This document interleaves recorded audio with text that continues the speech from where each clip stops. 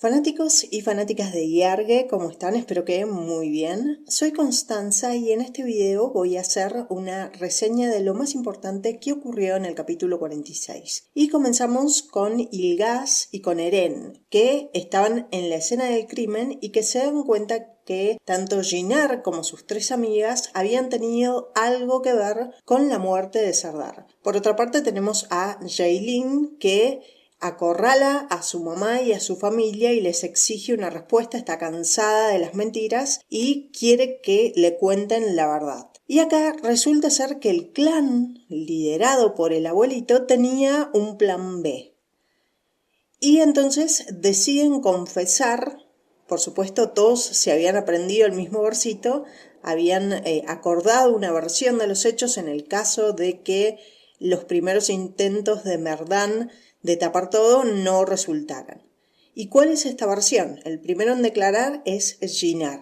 Y él dice que se entera por un amigo de que Serdar había accedido a un pasaporte y que estaba por abandonar el país. Entonces que como él no quería que eso ocurriera, fue a buscarlo a su guarida, a ese edificio abandonado en el que Serdar y Jinar solían reunirse con sus amigas, y el destino, la providencia quiso que justo lo encontrara. En su declaración, Jinar recalca que había ido desarmado a buscar a Serdar, porque si llega a decir que iba con un arma se complicaba su panorama legal, así que él, a lo guapo, así a lo valiente, completamente desarmado, va a ver si tiene suerte y se encuentra con Serdar, que efectivamente se encuentra con él, pero que el que estaba armado era Serdar y que él forcejea con Serdar y logra arrebatarle el arma. Que él también le había avisado a sus amigas, que llegan las tres amigas al lugar y que poco tiempo después llega Gul, el abuelito y el resto.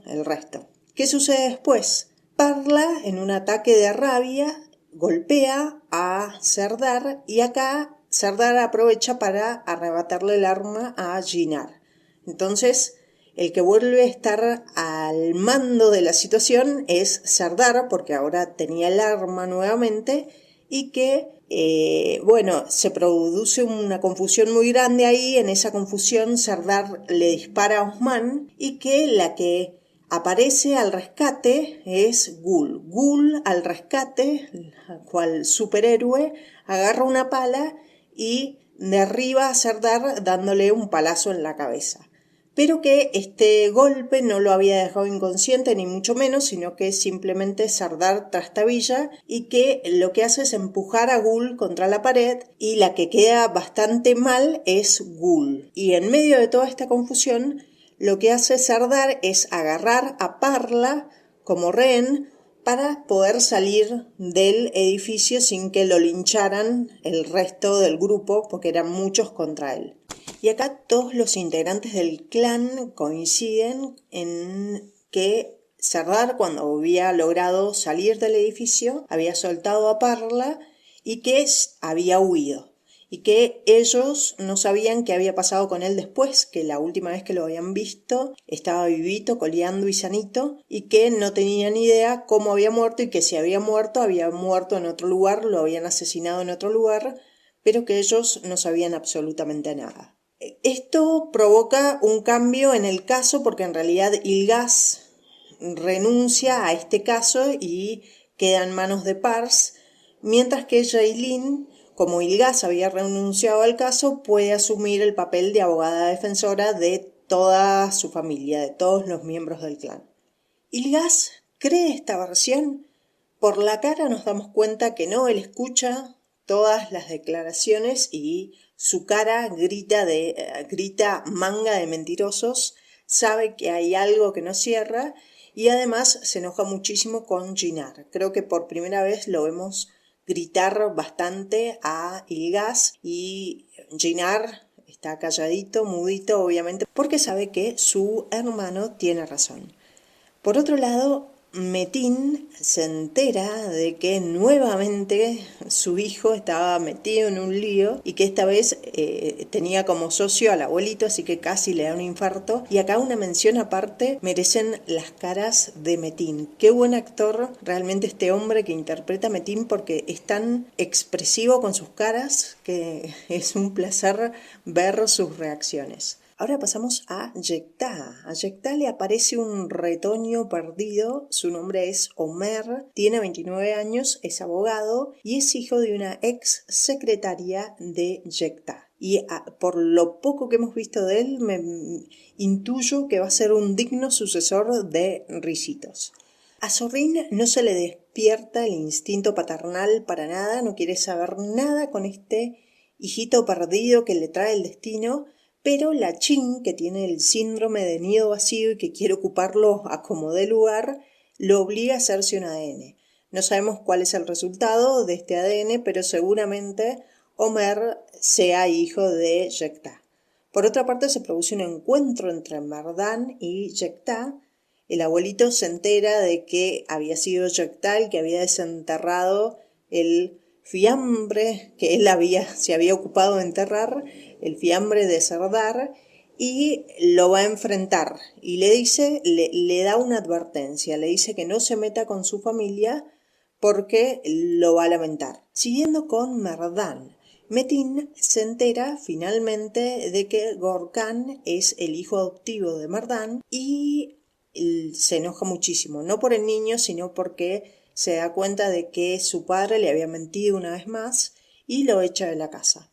Por otra parte, Merdan le confiesa a Jinar que está a punto de tocar el arpa y de alguna forma le hereda todos sus negocios. Y acá, como dato curioso del capítulo, Yetin resultó ser un espía del gobierno.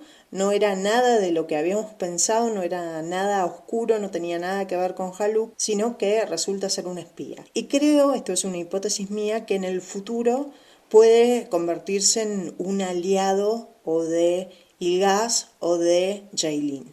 Pero por el momento el filito, el enamorado de Aileen, no era ni casado ni un psicópata, sino que era un espía. Y volviendo al clan, la coartada se les viene abajo cuando llegan los resultados de las pericias de policía científica que se habían realizado en el edificio y, según estas pericias, en el primer piso del edificio habían encontrado mucha sangre de Sardar y por ello concluían que Sardar nunca había abandonado el edificio, sino que la había quedado allí mismo. Entonces se dan cuenta Ilyas, Pars y Eren que todos habían mentido y se libra una orden de detención para todos los miembros del clan. Pero nadie contaba con el espíritu de sacrificio del abuelito, porque él les gana a todos y se presenta para declararse culpable del homicidio de Sardar. ¿Cuál es su versión? Él afirma que todo había ocurrido como habían declarado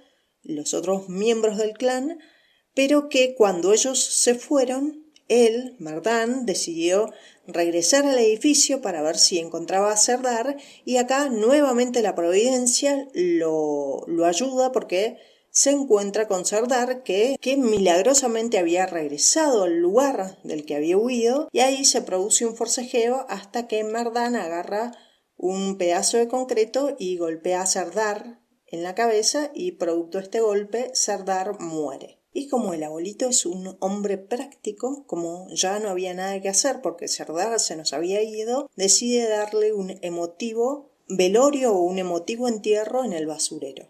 Entonces, él asume toda la culpa y se inmola de alguna forma por la causa. El tema es, ¿le creen? Para eso tenemos que esperar hasta el próximo capítulo, pero yo creo que Ilgaz no le cree, creo que él sabe que está protegiendo a alguien más, y Eren daría la impresión de que también sabe que el abuelo está protegiendo a los demás porque casi se pone a llorar cuando lo encierra en el calabozo. Pero como esta confesión es acorde con lo que se había recolectado en policía científica, entonces absuelven a los demás y aceptan esta confesión de culpa del abuelito. Pero en los últimos minutos del capítulo, Parla, que estaba muy mal, se acerca a Jailin y le dice que en realidad la asesina era ella. Y acá finalmente nos enteramos de qué había ocurrido ese día. La primera parte del relato era cierta, pero cuando Serdar intenta llevarse a Parla, lo intercepta Jinar y ahí se ponen a un forcejeo, se produce una pelea en la que Jinar iba decididamente perdiendo, Serdar estaba a punto de ahorcarlo y acá Merve saca una lima de su bolso y se la clava en el cuello a Serdar. No era una herida que lo fuera a matar ni mucho menos, pero por lo menos provoca que lo suelte. A todo esto, Tukhshé agarra el arma y si bien no se anima a dispararle, da un tiro al aire, pero finalmente Serdar recupera el arma y quiere liquidar a Jinar. O sea, su problema era con Jinar, quería mandarlo al más allá. Lo gracioso es que por tercera vez Jinar no tocó a Serdar, o sea, en esta muerte él no tiene nada que ver en cuanto al hecho en sí. Si es culpable porque él fue a buscarlo y trajo a todos los demás con él, pero en cuanto a su muerte él no tocó a Serdar, pero cuando Serdar estaba por liquidar a Jinar, ahí Parla agarra un pedazo de concreto y le da un mazazo en la cabeza y es este golpe el que lo termina matando. Pero no muere al instante, porque cuando le toman el pulso aparentemente todavía estaba vivo, pero el abuelito no quería llevarlo a un hospital porque eso iba a traer complicaciones con la policía, entonces les pide a todos que se vayan, que él lo va a llevar a un lugar para que lo curen y cuando esté recuperado lo va a entregar a la policía.